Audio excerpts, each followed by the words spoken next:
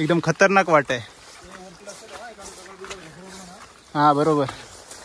जर तुम्ही इकडे येत असाल ना तर आधी मनाची तयारी करा, त्यानंतर चांगले शूज घाला, कारण इकडे खूप स्लिपरी आहे, त्यामुळे ग्रीप असलेले शूज घाला.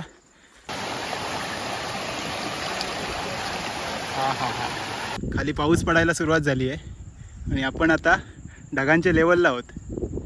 आजूबाजूला पूर्ण मोकळा आहे बघा, तिथून येणारा वारा आणि त्याच्यामध्ये बसल्यानंतर येणारा वारा, याच्यामध्ये जमीन आसमानाचा फरक आहे.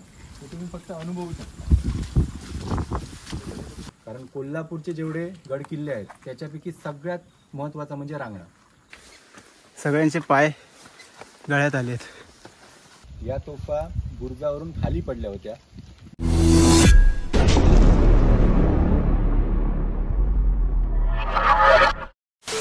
नमस्कार मित्रांनो, मी अमोल आणि स्वागत आहे तुमचं पुन्हा एकदा आपल्या चॅनलच्या एका नवीन ब्लॉगमध्ये. मित्रांनो, आज आपण चाललो आहे नारूर गावात, कुडाळ तालुक्यातील, आणि तिकडे जाऊन आपण जाणार आहोत कुठचं गड रे? रांगणा गडावरती. तर आपल्यासोबत बरेचसे आपले मित्रमंडळी आहेत, रील स्टार आहेत. इकडे आहे बंटी, पुढे मंदर आणि लकीदादा पण आहे आणि अक्षय पण आहे. तर आता आम्ही थोड्याच वेळात निघू. तर आता आम्ही विरणवरती आहोत कांदळकर यांच्या हॉटेलमध्ये, आणि इकडे आता नाश्ता करून आपल्याला निघायचं आहे. आपल्यासोबत बंटी आहे, लकीदादा आहे, मंदार आहे आणि अक्षय आहे. चला नाश्ता वगैरे करून आता आपण निघालो आहे कुडाळसाठी. कुडाळमध्ये जाऊन आपल्याला नारूर गावात जायचं आहे आणि तिथून नंतर रांगणा गडावरती.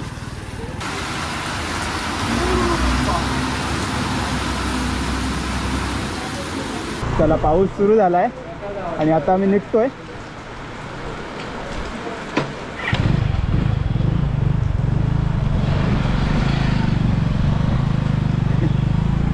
पाऊस काय थांबतच नाहीये. चला, भर पावसात आपली ट्रिप सुरू झाली आहे. हां, गणेश नाही. चला पुढे, चला पुढे, चला. पहिला पॉज घेतलाय पेट्रोल भरण्यासाठी ओरोसला. सगळेच जण थांबलोय. पाऊस बघा किती आहे. त्या गोप्रोमध्ये काय दिसलं की नाही काय समजत नाहीये. बघूया आता, अजून बरंच लांब जायचंय. हिरो दिसतोय, रॅपर बंटी. बापरे. हा, अच्छा.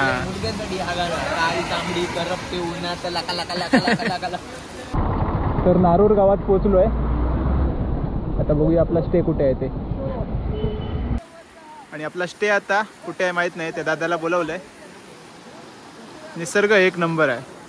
समोर ना डोंगर बघा, खतरनाक. तर दादा आलाय होमस्टेवाला.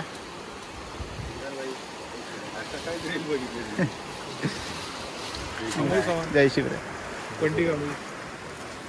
आणि अक्षय. चला होमस्टे वरती जाऊया. निसर्ग एक नंबर आहे. ब्रिज तुटलंय त्यामुळे इकडे साकव बांधलाय. डेंजर आहे ना.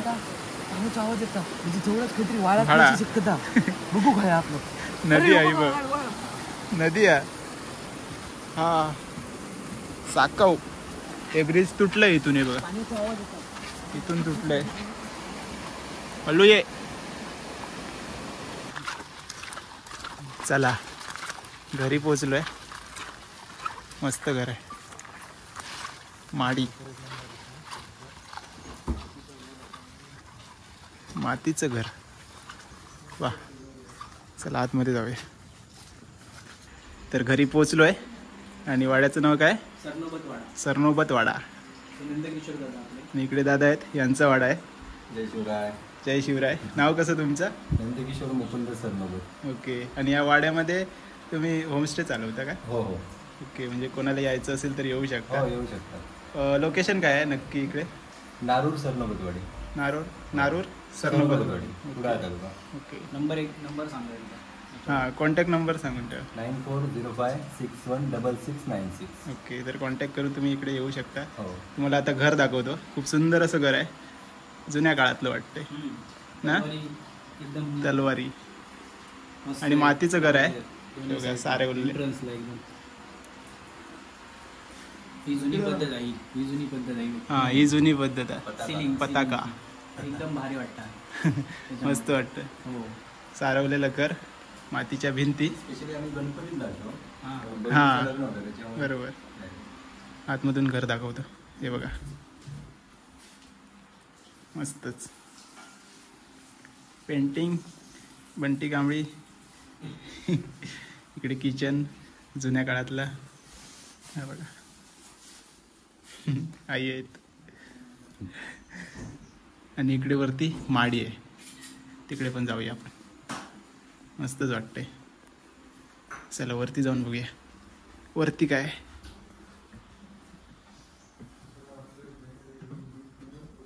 वा मस्तच एक नंबर वाटतंय.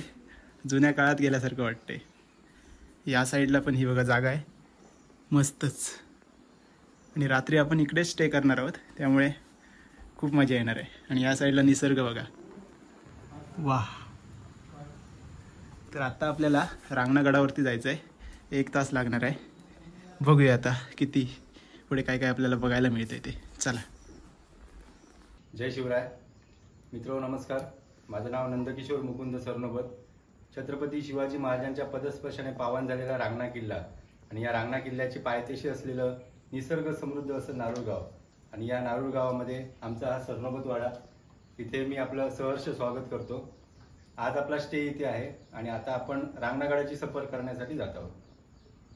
चला आता आपण निघालोय रांगणागडाकडे. दुपारचे 2 वाजलेत आणि आता आपण संध्याकाळी रिटर्न येणार आहोत. बघूया किती वेळ लागतोय. 1 तास लागतो गडावर चढण्यासाठी. दादा आपल्याला माहिती देईल पुढे. मी तर पहिल्यांदाच चाललो आहे रांगणागडावरती. जाऊन बघूया निसर्ग कसा आहे तो.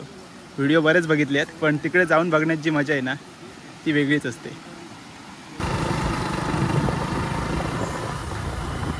किती उंच आहे बघा. तिकडे वरती जायचं आहे. वातावरण बरं आहे आज. पाऊस जास्त नाही आहे. वरती गेल्यावर बघू. चला पोचलो आहे रांगणागडाच्या पायथ्याशी. अजून चढायचं बाकी आहे. 1 तास. इकडे गेट आहे.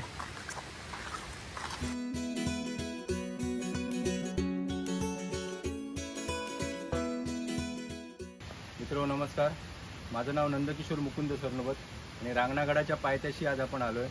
आपल्या सर्वांचं मी हार्दिक स्वागत करतो. आता सरनोबत म्हटल्यानंतर रांगणागडावरचे जे पायदळ प्रमुख होते त्यांना सरनोबत म्हणायचे. आज मी तुम्हाला हा किल्ला दाखवणार आहे. तर किल्ल्यावर जाताना आपल्याला वाटेत जे जे काही दिसेल इथला निसर्ग म्हणा, फुलपाखरं, इथले प्राणी पक्षी त्याची मी तुम्हाला माहिती देईन. इथल्या औषधी वनस्पती, त्याचबरोबर किल्ल्याची माहिती. आणि या किल्ल्याच्या माहितीमध्ये जवळपास 700 मीटर उंचीचा हा किल्ला आहे. शिलाहार राजा भोज दुसरा त्यांनी हा बांधकाम केलेला. छत्रपती शिवाजी महाराज, माँसाहेब जिजाऊ, राजाराम महाराज, महाराणी ताराबाई यांच्या पदस्पर्शाने पावन झालेला असा किल्ला. आणि मी सर्वांचं या ठिकाणी स्वागत करतो. बरं, सर्वांसाठी एक सूचना आहे की आम्ही किल्ल्याचं पावित्र्य राखण्यासाठी दुर्गप्रेमी म्हणा, शिवप्रेमी म्हणा, की प्लॅस्टिक कचरा त्याचं विल्हेवाट वगैरे लावण्याची कामं करतो. परंतु इथे जे पर्यटक येतात त्यांच्यामार्फत ते सूचना देऊन सुद्धा टाकले जातात. तर सर्वांसाठी एक सूचना आहे की तुमच्याकडे चॉकलेट्सचे रॅपर असतील किंवा वेफर्सचे कागद असतील तर ते आपल्या बॅगमध्येच ठेवा. ते बाहेर फेकू नका. ठीक आहे. छत्रपती शिवाजी महाराज की जय. हा कोल्हापूर दरवाजा आहे. अच्छा. ओके. आणि रांगणागडावर जाण्यासाठी आपण ही वाट चॉईस केली आहे. ओके. इथून आपण कोल्हापूर दरवाजाकडे जाणार. अच्छा. नारूर गावातून रांगणागडावर जाण्यासाठी 3 मार्ग आहेत. एक म्हणजे हा मार्ग आहे, इथे अर्ध्यापर्यंत पायऱ्या आहेत, तिथून आपण इथे पोचणार. ओके. दुसरा चिकेवाडी मार्गे जातो, पिसापाच्या, तो ह्या मार्गे येऊन कोल्हापूर मार्गावरून आपल्या कोल्हापूर दरवाजाकडे जातो. आणि तिसरा जो मार्ग आहे महालक्ष्मी मंदिरपासून चालू होतो आणि घोडेचिन म्हणतात त्याला. सगळ्यात डेंजर मार्ग आहे. सहसा तिकडून कोण जात नाही, पण सगळ्यात सोपा मार्ग म्हणजे हाच आहे. तिथून आपण आता जाणार आहोत. ज्या मार्गाने आता आपण जाणार आहोत तो सर्वात सोपा मार्ग आहे. त्याला मार्गच म्हणजे. ओके. आणि कोल्हापूरवरून पण येऊ शकतो आपण रांगणागड. हां, कोल्हापूरवरून यायचं असेल तर गारगोटी, चिकेवाडी त्या साईडने येतो आपण. अच्छा. हो, अर्ध्यापर्यंत गाड्या येतात. नंतर हा एकमेव किल्ला असा आहे की तिकडून आपल्याला उतरावं लागतं. अच्छा. आणि कोकणातून आपल्याला चढावं लागतं. चढावं लागतं. बरोबर. चला सुरुवात झाली आहे गड चढायला. आता 1-1.5 तास आपण वरती चढाव चढणार आहोत. आणि आपण जो मार्ग निवडला आहे तो सगळ्यात इझी आहे, म्हणजे डेंजर नाही आहे. अजून 2 मार्ग आहेत त्यातला एक खूप खतरनाक मार्ग आहे. आणि आज वातावरण पण मस्त आहे बघा, जास्त पाऊस नाही आहे. येताना होता पण आता नाही आहे. 2 मिनटं चालल्यावर आपल्याला इकडे व्हाळ मिळाला आहे. हा बघा किती पाणी आहे बघा. पहिला स्पॉट निसर्गरम्य. चला. शेकरू. या फलकावरती बघा महाराष्ट्राचा राज्य प्राणी शेकरू त्याची पूर्ण माहिती दिलेली आहे. आणि या भागात ते आपल्याला बघायला पण आवडतं. अच्छा, म्हणजे जाताना आपल्याला स्पॉट होऊ शकतो हो शेकरू. हो, खूप सुंदर असा प्राणी आहे. बरेच जण शिकारी पण करतात. त्यांना विनंती आहे की हे प्राणी जर आपण मारून संपवले तर बरोबर. पर्यटकांना दाखवणार काय. शेकरू.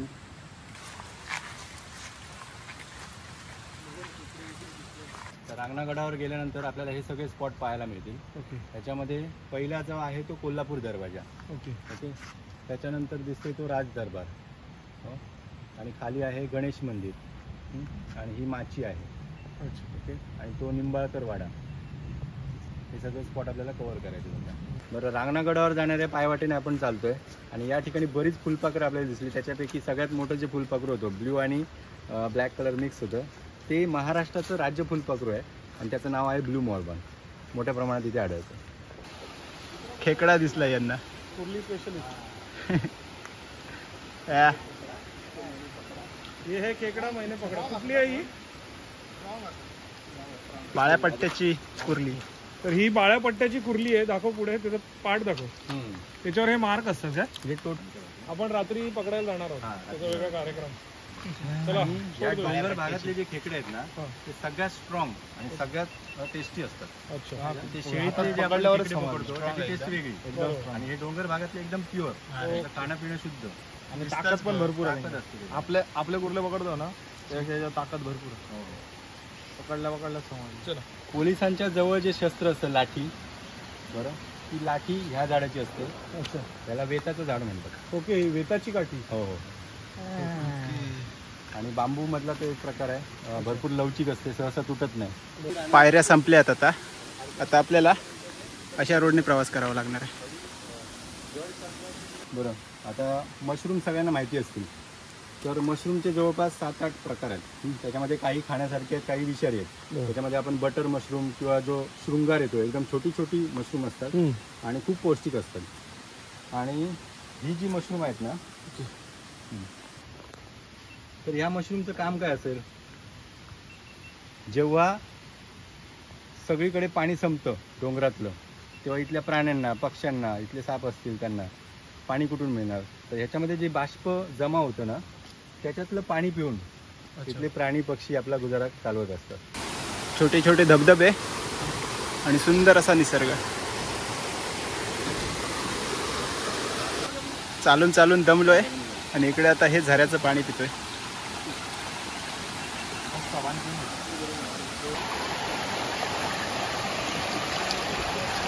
हा हा हा. शुद्ध पाणी. जवळजवळ 15-20 मिनिटं चालतोय. दमलं म्हणतात. दमलं रे.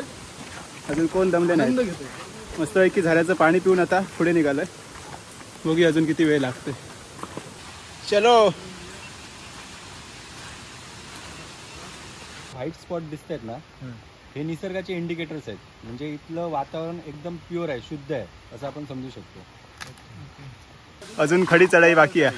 ह्याच्यानंतर 50% जेव्हा आपण चालू ना तेव्हा खडी चढाई चालू आहे.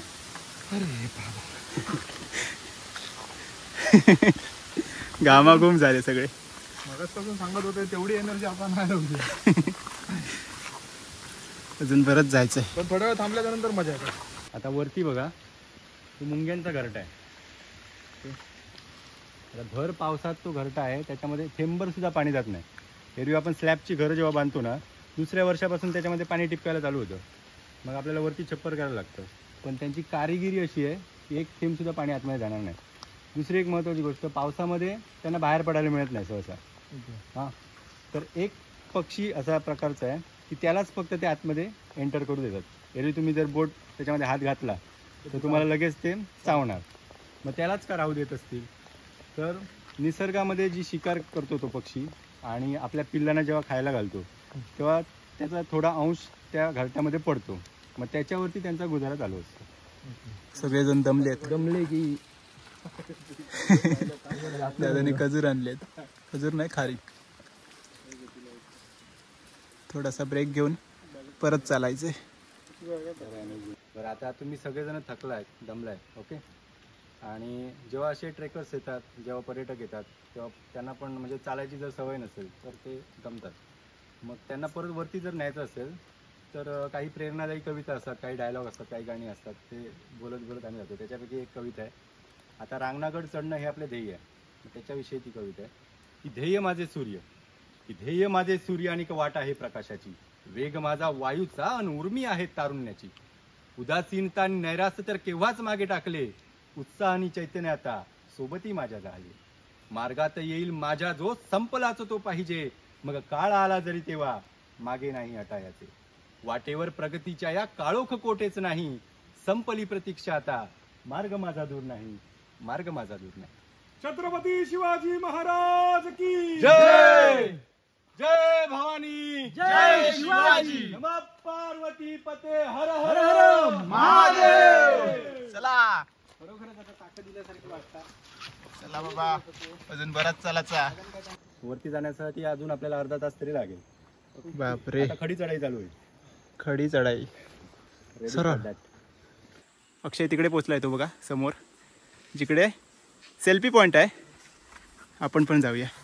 आणि त्याच्या पुढे खडी चढाई. वा, व्ह्यू ब खतरनाक. नाही अजून नाही रे, टॉपला नाही. टॉपला खाली राहला. सीन बघा, जबरदस्त. वाव, किती चढून आलो बघा. तिकडून खालून आलोय आणि अजून इकडे प्लेन आहे ना रस्ते, त्याच्यामुळे वरती जायचंय. असं वाटत नाही. खडी चढा ना बाबा, खडी. खडी चढण हे चढायचंय. तिकडे तिकडे पण एक धबधबा होतो बघ. हा होय रे.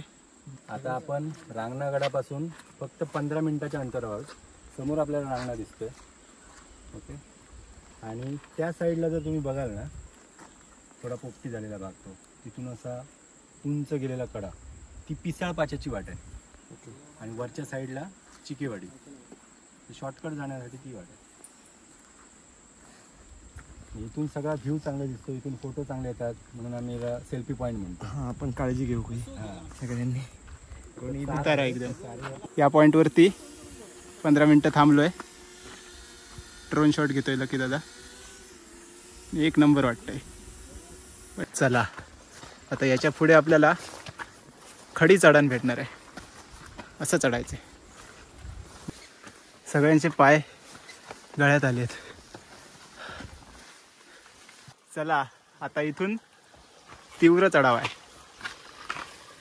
सगळेजण तयार.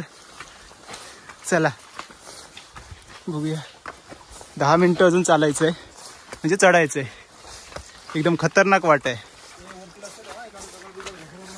हा बरोबर, सांभाळून या, पाय पण घसरतील.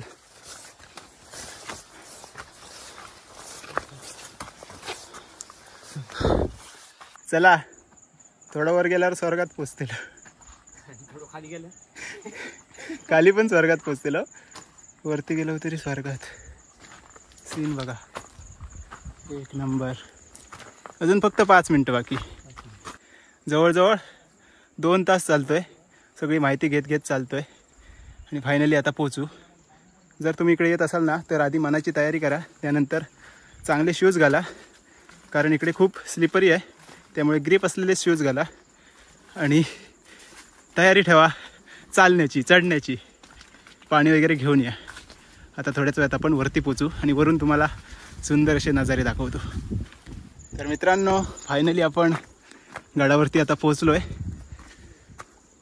सीन दाखवतो. खाली पाऊस पडायला सुरुवात झाली आहे आणि आपण आता ढगांच्या लेवलला आहोत.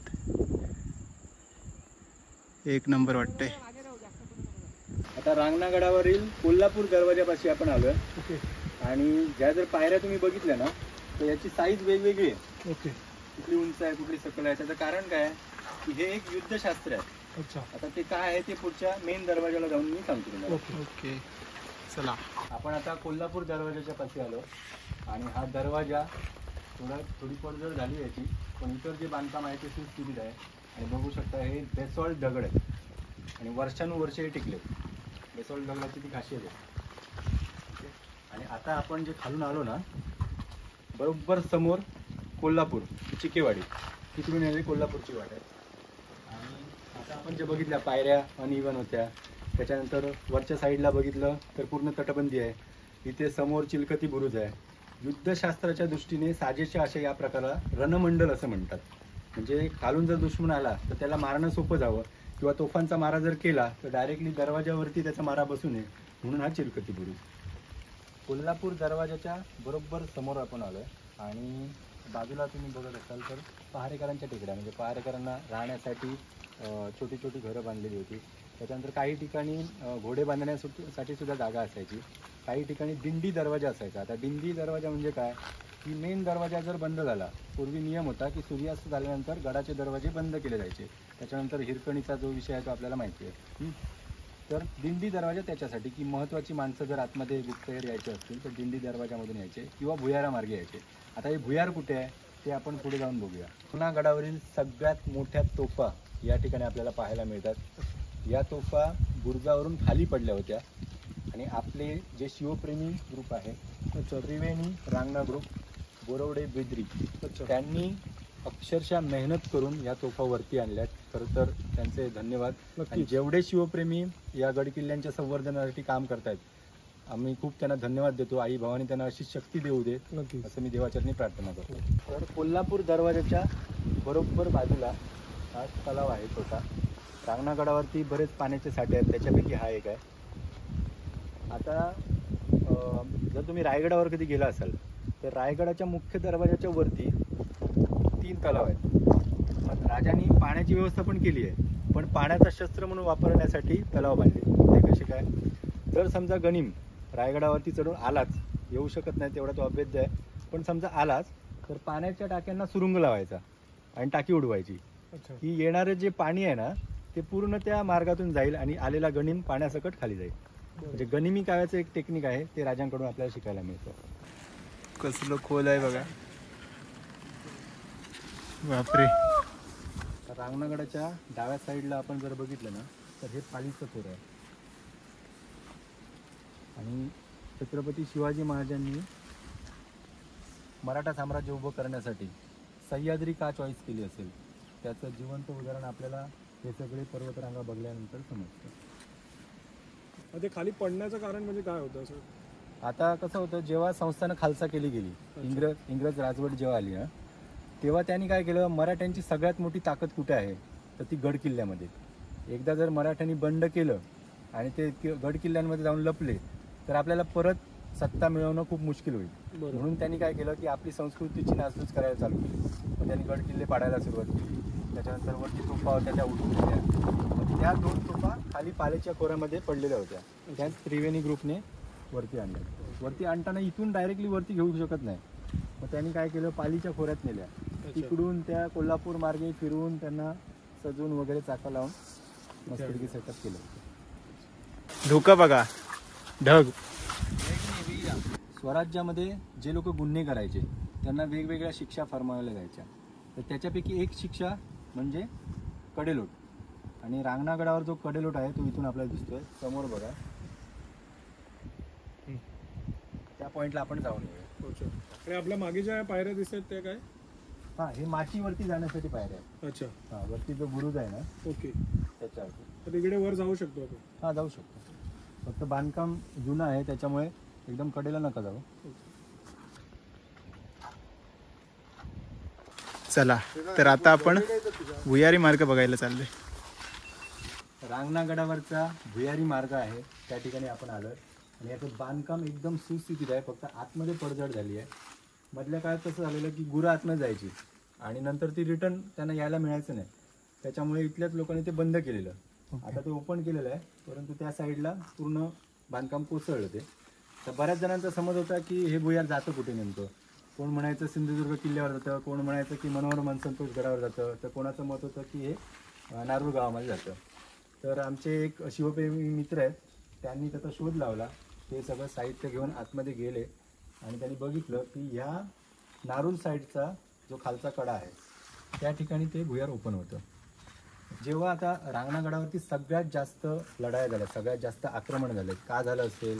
कारण कोल्हापूरचे जेवढे गडकिल्ले आहेत त्याच्यापैकी सगळ्यात महत्त्वाचा म्हणजे रांगणा. त्याच्यानंतर गोवा, कोल्हापूर आणि कोकण प्रांत या तिन्ही भागावर वर्चस्व मिळवण्यासाठी रांगणा बेस्ट होता. आणि म्हणून महाराजांचं वाक्य आहे की एक रांगणा खबरदार तर सर्व काही सुरक्षित, नाहीतर सकल सावंत बार देशावर उतरेल. गुफा बघूया.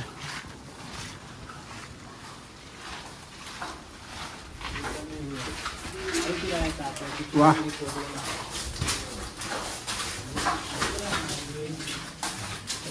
पडझड झाली आहे पुढे असं बोलला दादा. बघूया. विरोधी इंदुलकर त्यांच्यासारखे ते त्यांना मानायला लागेल. आता हे लॉक बसवलंय बघा, हा जवळपास ट्रायंगुलर दगड आहे, हा त्याच्यावरती हा चौकोन आहे आणि हे दोन दगड असे आले म्हणजे भुयार खचू नये वरच्या दबावामुळे, म्हणून ते लॉकिंग केलेलं आहे.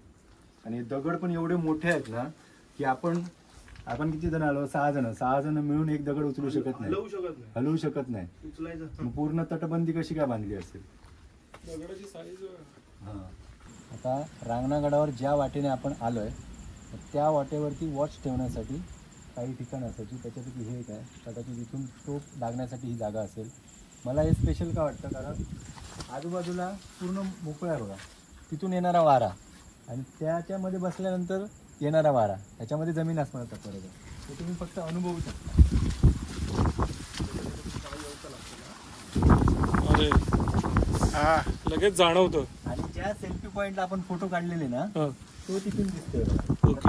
अरे हा, तर इथे ना जबरदस्त हवा लागते. मग अशी आम्ही जिकडे थांबलेलो ना ते ठिकाण दिसतंय. हवा बघा, बाकी इकडे कुठे जास्त हवा लागत नाही, फक्त इथूनच खूप जास्त हवा येते. हे तुम्ही इथे आल्यावरतीच अनुभवू शकता.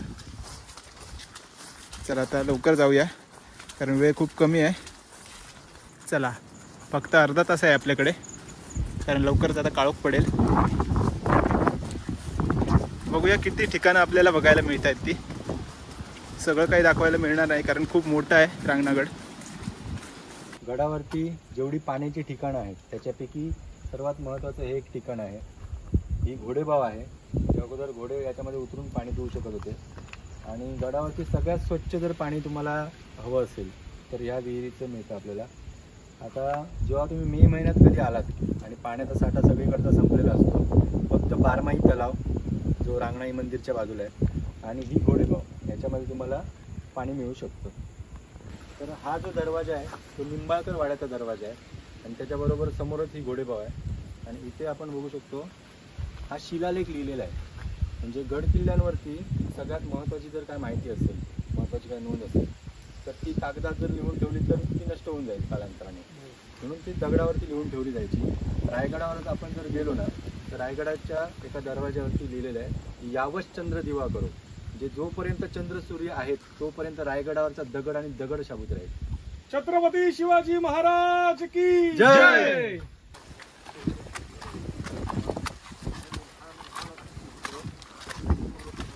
वा, सीन बघा, जबरदस्त. हवा कसली आहे. आपण स्टार्ट कुठून गेला माहिती आहे का? तिथे एक मंदिर दिसतंय बघा, महालक्ष्मी मंदिर आहे. त्या साईडने आपण ह्या डोंगराला वळसा घालून या डोंगर दऱ्यातून वरती आलो आणि इथून तलाव पण दिसतात सगळे.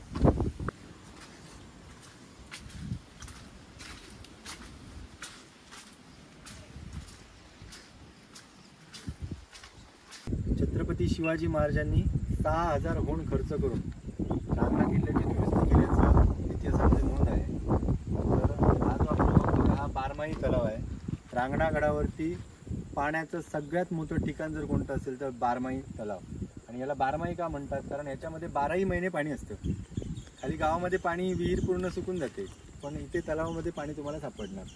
आता याच्यामध्ये काय केलं आहे की इथलेच दगड काढलेत आणि तेच दगड तटबंदीसाठी वापरले, म्हणजे दोन्ही कामं झाली. पाण्याचं ठिकाण पण तयार झालं आणि तटबंदीचं पण काम झालं. आता हे खूप डीप आहे. काही जण मे महिन्यात जेव्हा येतात आणि त्यांना भरपूर जेव्हा गरमी होते तेव्हा ते पाण्यामध्ये पोहण्यासाठी उतरतात, पण आतमध्ये चिखल पण असू शकतो. बरेच जण याच्यामध्ये बुडालेले पण आहेत. त्याच्यामुळे येणाऱ्या पर्यटकांना विनंती आहे की तुम्ही जर येत असाल तर तलावामध्ये पोहण्यासाठी उतरू नका. चला एका मंदिराजवळ पोहोचलोय, शिव मंदिर. बारमाही तलावाच्या बरोबर समोर हे शिव मंदिर आहे. आता हे जे बांधकाम आहे ते नवीन बांधकाम केलेलं आहे. पुणे पुरातत्व विभाग त्यांनी त्याची दखल घेतली आणि बरंच बांधकाम गडावरती झालं. त्याच्यापैकी हे एक आहे. आणि याचे जुने जे अवशेष आहेत ते दगडी खांब आपल्याला पाहायला मिळतात. याच्या उजव्या साईडला रांगणाई मंदिर आहे, ते आपण बघायला जाऊ. रस्ता एकदम गुळगुळीत आहे. वा, काय निसर्ग आहे. आता आपण चाललोय कोकण दरवाजा बघायला. कोकण दरवाजा. ओके, कोकण दरवाजा. वा, एक नंबर, एक नंबर. इकडे वॉटरफॉल आहे तो बघा.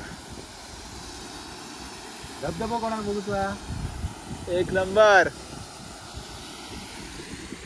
समोर कोकण दरवाजा आणि त्याच्या समोर बरोबर इकडे धबधबा आहे. एक नंबर. तर हा समोर जो आहे तो कोकण दरवाजा आहे. याला आम्ही नारूर दरवाजा पण म्हणतो. आता त्या वाटेने जर आपण आलो तर ती जी वाट आहे त्याला घोडेचिंची वाट म्हणतो.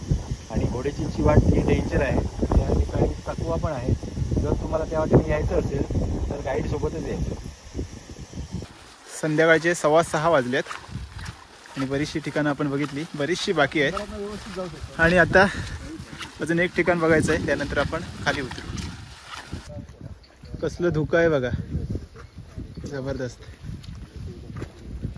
रांगणा गडावरचं सगळ्यात महत्त्वाचं ठिकाण म्हणजे हे रांगणाई देवीचं मंदिर आणि याच्या समोर असलेली सुस्थितीत असलेली ही दीपमाळ. आता येणारे जे पर्यटक आहेत जास्तीत जास्त इथेच राहणं पसंत करतात. त्याच्या बाजूला धर्मशाळा आहे, त्या ठिकाणी तुम्ही जेवण वगैरे बनवून वस्ती करू शकता. रांगणाई मंदिरच्या बरोबर समोर जर आपण गेलो तर तिकडे बरेच पॉईंट बघण्यासारखे आहेत. त्याच्यामध्ये गणेश मंदिर आहे, शिव मंदिर आहे, त्याच्यानंतर कडेलोट पॉईंट आहे आणि हत्तीची सोनमाची हा सगळ्यात सुरेख पॉईंट बघण्यासारखा. परंतु तिकडे जायचं असेल तर दिवसा जायला लागतं, कारण त्या वाटेवरती एक चकवा आहे, तिथे जर आपण हरवलो तर प्रॉब्लेम होऊ शकतो. त्याच्यामुळे गाईडसोबतच जा कधी जायचं झालं तर. आणि आता आपल्याला वेळ खूप कमी आहे, त्याच्यामुळे हे मंदिर बघून आपण हवं तर एक पॉईंट करून जाऊया राजवाड्याचा. ठीक आहे.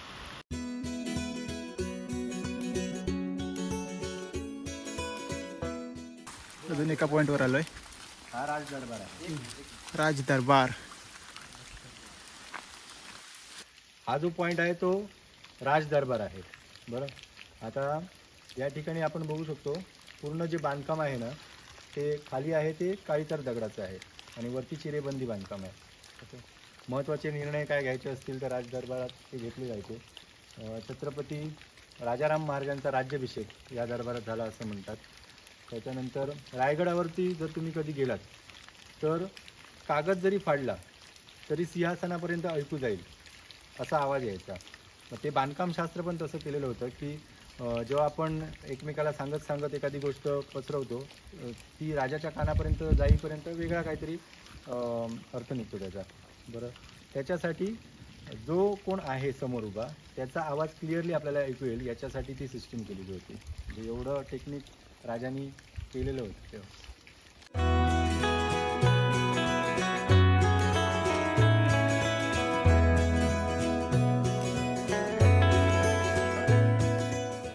आपण आता कडेलोट पॉईंटकडे आलो आहे आणि कडेलोट पॉईंटच्या बाजूला जे गणेश मंदिर आहे आणि इथे एक सुंदर धबधबा आहे.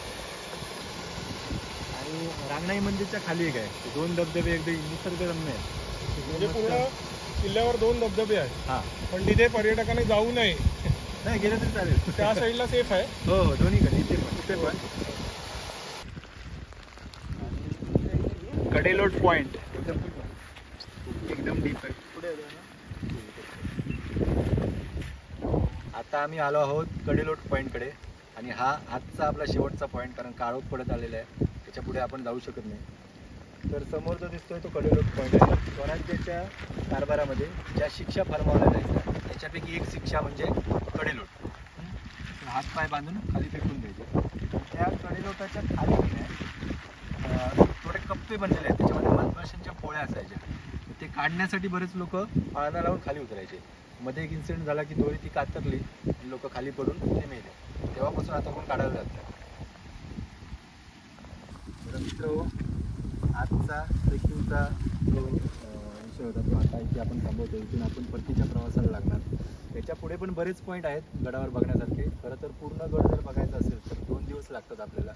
आणि हत्तीची सोनमाची, त्याच्यानंतर एक शिवमंदिर आहे, त्याच्यानंतर षटकोनी विहीर आहे, निळेली दरवाजा, पाली दरवाजा, असे बरेच पॉईंट बघण्यासारखे आहेत.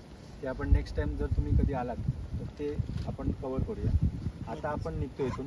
छत्रपती शिवाजी महाराजांची घोषणा देऊन आपण आजचा हा समारोप करतोय. छत्रपती शिवाजी महाराज की जय! धर्मवीर छत्रपती संभाजी महाराज की जय! जय भवानी, जय शिवाजी! नमः पार्वती पते, हर हर महादेव! देशासाठी जगायचं र, देशासाठी जगायचं र, देशासाठी जगायचं र, वेळ पडली तर मारायचं र,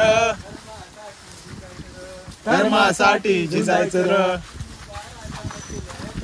शिवबा राजानं केलं या काय, खानाचं पोट फाडलं र, खानाची बोट छाटली र, वेळ पडली तर मरायचं र,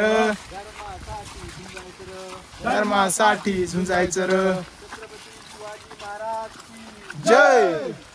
तर मित्रांनो, आज आपण किशोर दादासोबत गड फिरलो. सगळी ठिकाणे नाही झाली पण थोडीफार आपण फिरलो. तर तुम्हाला जर यायचं असेल या रांगणा गडावर तर दादाकडे स्टे आहे. हो. त्याची डिटेल्स सांगशील? बरं, जर तुम्हाला इथे यायचं असेल तर कुडाळवरून 20 किलोमीटरचं अंतर आहे. त्या ठिकाणी नारूर सरनोबतवाडी, तिथे आमचं घर आहे, होमस्टे आहे तो. आणि जर तुम्हाला टेंट लावून हवे असतील तर तरी पण आम्ही प्रोव्हाइड करतो. जेवणाची, राहण्याची सगळी सोय करतो. गाईड आहेत आपल्याकडे, नवीन नवीन मुलं पण तयार होत आहेत त्याच्यासाठी. आणि स्टे करायचं असेल तर कॉन्टॅक्ट डिटेल्स किंवा गड फिरायचं असेल? माझा कॉन्टॅक्ट नंबर आहे हां, 9405616696. ओके. तुम्हाला यायचं असेल तर दादासोबत या. खूप सुंदरशी माहिती देतो हो. आणि खूप सुंदर असा निसर्ग तुम्हाला इकडे बघायला मिळेल. चला, आजची ठिकाणं आपली झाली आहेत, जास्त फिरलो नाही. आता आपण खाली उतरणार. नेक्स्ट टाइम तुम्ही याल तेव्हा हत्तीची सोड माचीला Yes, जाऊ. नक्कीच. तर मित्रांनो, गड फिरून झालाय आणि आता खाली चाललोय. आता काळोख पडेल थोड्याच वेळात. तर बरीचशी ठिकाणं आपण फिरलो आणि तुम्हाला जर यायचं असेल तर दादासोबत तुम्ही येऊ शकता. कॉन्टॅक्ट डिटेल्स मी दाखवलेत.